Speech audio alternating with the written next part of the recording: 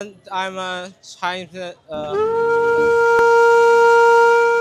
ঢাকার রাস্তায় শিক্ষকদের আন্দোলনের মাঝে এক অপ্রত্যাশিত ঘটনা ঘটেছে আজ ঢাকা ইউনিভার্সিটি এলাকায়।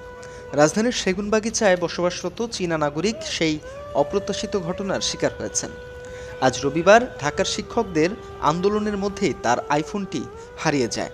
হতাশাগ্রস্ত হয়ে এই নাগরিক রাজধানীর বিভিন্ন এলাকায় ঘুরে বেড়াচ্ছিলেন, সাহায্য চাচ্ছিলেন তার ফোনটি উদ্ধার করে দেওয়ার জন্য, কিন্তু ফোনটি কোথাও পাওয়া যাচ্ছিল না। চীনা নাগরিকের এই দুর্দশা দেখে ঘটনাস্থলে উপস্থিত হন ওমর ফারুক নামের একজন শিক্ষক ও মাতৃভূমির খবরের রিপোর্টার হোসাইন রুমেল। তারা সাহায্যের হাত বাড়িয়ে দেন এবং চীনা নাগরিককে নিয়ে যান শাহবাগ থানায়। Today class is over. When I get home, আমি কথা বলতে পারছি না, কারণ এমন পরিস্থিতিতে আমি কখনো পড়িনি। আমি ক্লাস শেষ করে বাসায় ফিরছিলাম। ঢাকা ইউনিভার্সিটি প্রাঙ্গণে শিক্ষকদের আন্দোলন চলছিল। আমি ভিড়ের মধ্যে লক্ষ্য করলাম কেউ আমার পকেটে হাত দিয়ে ফোনটি তুলে নিল। this teacher tell me change the road to back to home. আমি চিৎকার করে সাহায্য চাইলাম, কিন্তু আমাকে কেউ সাহায্য করলো না। আমার ফোনটি নিয়ে লোকটি ভিড়ের মধ্যে হারিয়ে গেল। আমি প্রচণ্ড দুঃখিত হয়েছি, কারণ এমন পরিস্থিতিতে আমি কখনো পড়িনি। Through my dress and catch my phone and take it.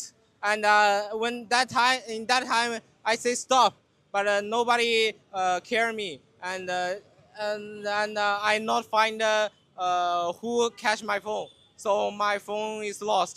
আমরা আমাদের টিচারদের একটা মিছিল ছিল আমাদের 20% বাড়ি বানার দাবিতে, এবং সেখানে আমরা যখন শাহবাগে হাইকোর্ট মোড়ে যাই, পুলিশ আমাদেরকে ব্যারিকেড দেয়। এই ভাইটা সেখানে মিছিলের ভিতরে পড়ে যায়, পড়ে সে খুবই ভয় পেয়ে যায় এবং আতঙ্কিত হয়ে যায়। সে যখন ব্যাক করে তখন তার হঠাৎ করে তার মোবাইলটা পকেটে হাত দিয়ে দেখে তার মোবাইলটা নাই।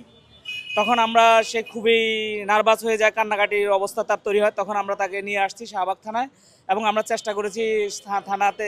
এখানে থানা কর্তৃপক্ষ আমাদেরকে বলছে যে ওনার ওই যে আইএমই নাম্বারটা লাগবে। এখন আমরা তাকে বলছি যে আপনি ধৈর্য ধরেন, আপনি আইএমই নাম্বারটা নিয়ে এগেইন আপনি থানাতে আসেন। থানায় নাগরিকটি তার আইফোন হারানোর বিষয়ে অভিযোগ জানালে পুলিশ কর্মকর্তারা তার যাবতীয় তথ্য সংগ্রহ করেছেন এবং আশ্বাস দিয়েছেন যে তারা যত দ্রুত সম্ভব ফোনটি উদ্ধার করার চেষ্টা করবেন। এই ঘটনার ফলে দেশের ভাবমূর্তি বিদেশিদের কাছে নষ্ট হয়েছে। তবে একজন সচেতন নাগরিক ও সাংবাদিকের মানবিকতায় দ্রুত আইনি সহায়তার কারণে কিছুটা হলেও স্বস্তি। তথ্যচিত্রে হোসাইন রুমেল, মাতৃভূমির খবর।